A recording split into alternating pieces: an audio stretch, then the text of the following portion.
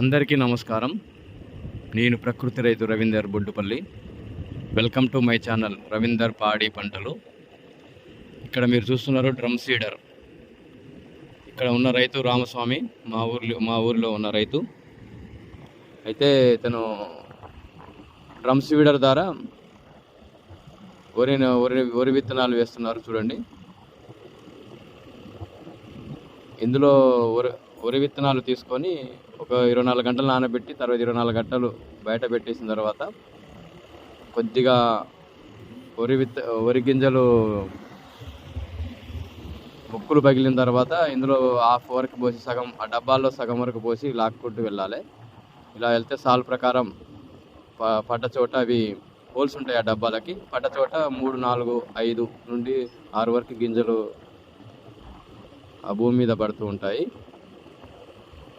అలా తర్వాత ఒక 2-3 రోజులు వాటర్ తీస్తూ పెడుతూ ఉంటే అది మొలకెత్తే అవకాశం ఎక్కువగా ఉంటుంది. తర్వాత ఒక 15 రోజుల తర్వాత దాన్ని కంటిన్యూగా వాటర్ ఉంచవచ్చు. ఇక్కడ చూడండి, ఇతను టైం అయిపోయింది, ఎక్కువ లేట్ అయిపోవడం వల్ల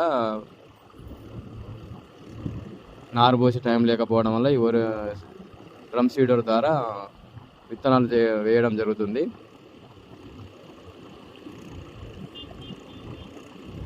మీరు వీడియో చూడొచ్చు. వీడియోలో ఎలా లాగుతున్నారో మీకు అర్థమవుతుంది అనుకుంటా.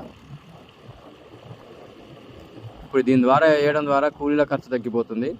నాటు వేసే లేడీ కూలీల వల్ల చాలా అది ఎక్స్పెన్సివ్, ఖర్చుతో కూడుకున్నది. టైంకి రారు వాళ్ళు. దీనివల్ల ఇదైతే ఇంకా ఈ రోజుతో పని అయిపోతుంది. మధ్యలో వాటర్ పెట్టి తీయడం ఒకటే మేనేజ్మెంట్ చేయాలి బాగా.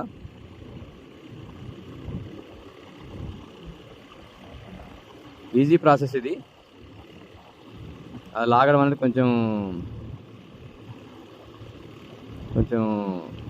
కష్టంతో కూడుకున్నది.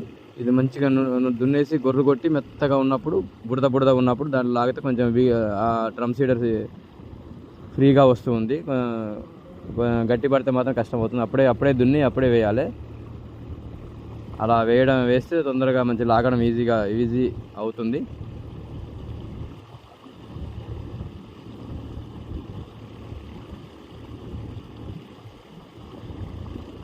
మా ఊరిలో మొదటిసారిగా ఈ డ్రమ్ సీడర్తో లాగుతున్నారు. చూద్దాము దాని రిజల్ట్ ఎలా ఉంటుందో. తర్వాత ఫర్దర్ వీడియో మీకు చూపిస్తాను, ఎలా వచ్చింది ఏంటనేది. మళ్ళీ ఒక 15 రోజుల తర్వాత మీకు వీడియో చేస్తాను. ఓకే ఫ్రెండ్స్, ఈ వీడియో కనుక